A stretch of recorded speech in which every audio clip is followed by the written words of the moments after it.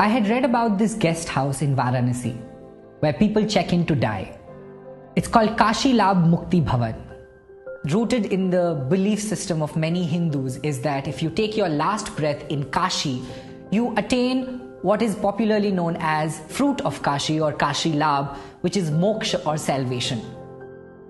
Now the interesting fact is that you're only allowed 2 weeks to stay in and die. So you have to be really sure. If you're still hanging around after 2 weeks, you got to check out. So I was really curious and fascinated to understand what would those people have learned who have not only accepted death as a reality, but are rather anticipating it with the timer on. So I went to Varanasi, spent a week in the guest house, and interviewed people who had checked in. Phenomenal, their life lessons were really thought-provoking. So in the same environment, I met Mr. Bhairavnath Shukla, who has been the manager of Mukti Bhavan for last 44 years. He has seen more than 12,000 deaths. So I asked him, what have you learned after seeing both life and death at such close quarters? He shared with me 12 life lessons, of which I wrote a blog post, and it's read and shared by millions of people across the world and became highly popular. But there's one life lesson in that series which is Mr. Shukla's favorite and resonated deep with me, and the life lesson is resolve all conflicts before you go. He told me a backstory to it. There was a Sanskrit scholar of the times by the name of Ram Sagar Mishra. Mishra was one of the eldest of the 6 brothers and was closest to the youngest.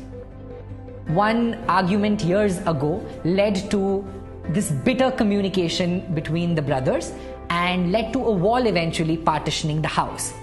In his final years, Mishra checked into the guest house with his little pan case and told Shukla to reserve room number 3 for him because he was sure he's going to pass away on day 16th after his arrival. On day 14th, he said, I want my estranged brother of 40 years to come and see me. This bitterness heavies my heart. I want to resolve every conflict before I go. A letter was sent out. On 16th day, the brother arrived, and Mishra held his hand and asked him to bring down the wall dividing the house.